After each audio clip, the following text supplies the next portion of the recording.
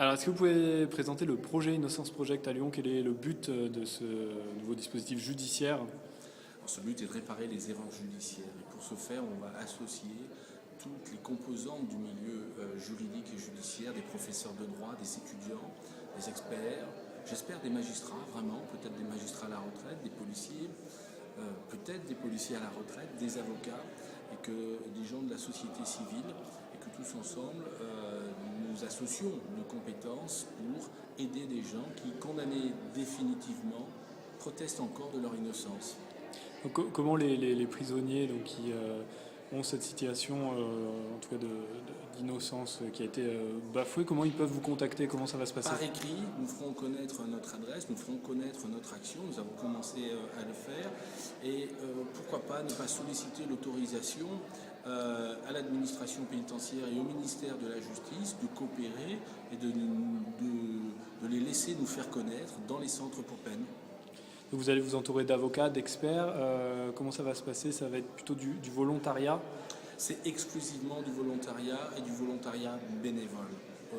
Aucune rémunération, évidemment, dans ce projet naissant n'est prévue aujourd'hui pour personne.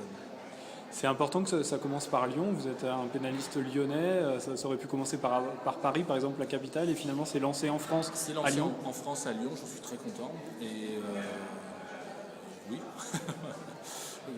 Et un dernier mot, donc, est-ce que vous avez déjà je sais pas, des dossiers que vous allez réouvrir, des cas dans vos clients ou des cas que vous connaissez anciens de dossiers Alors, que vous allez réouvrir?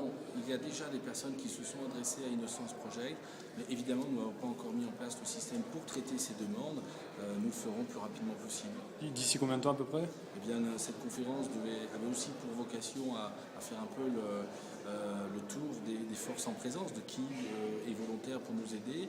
Dès lundi, nous aurons une liste accessible au sein de l'Université de Lyon 3 qui est partenaire intégralement avec ce projet. L'Institut d'études judiciaires de Lyon 3 participe au projet et ses étudiants notamment, mais pas seulement, peuvent s'inscrire sur le projet pédagogique mis en place avec l'Université de Lyon 3 pour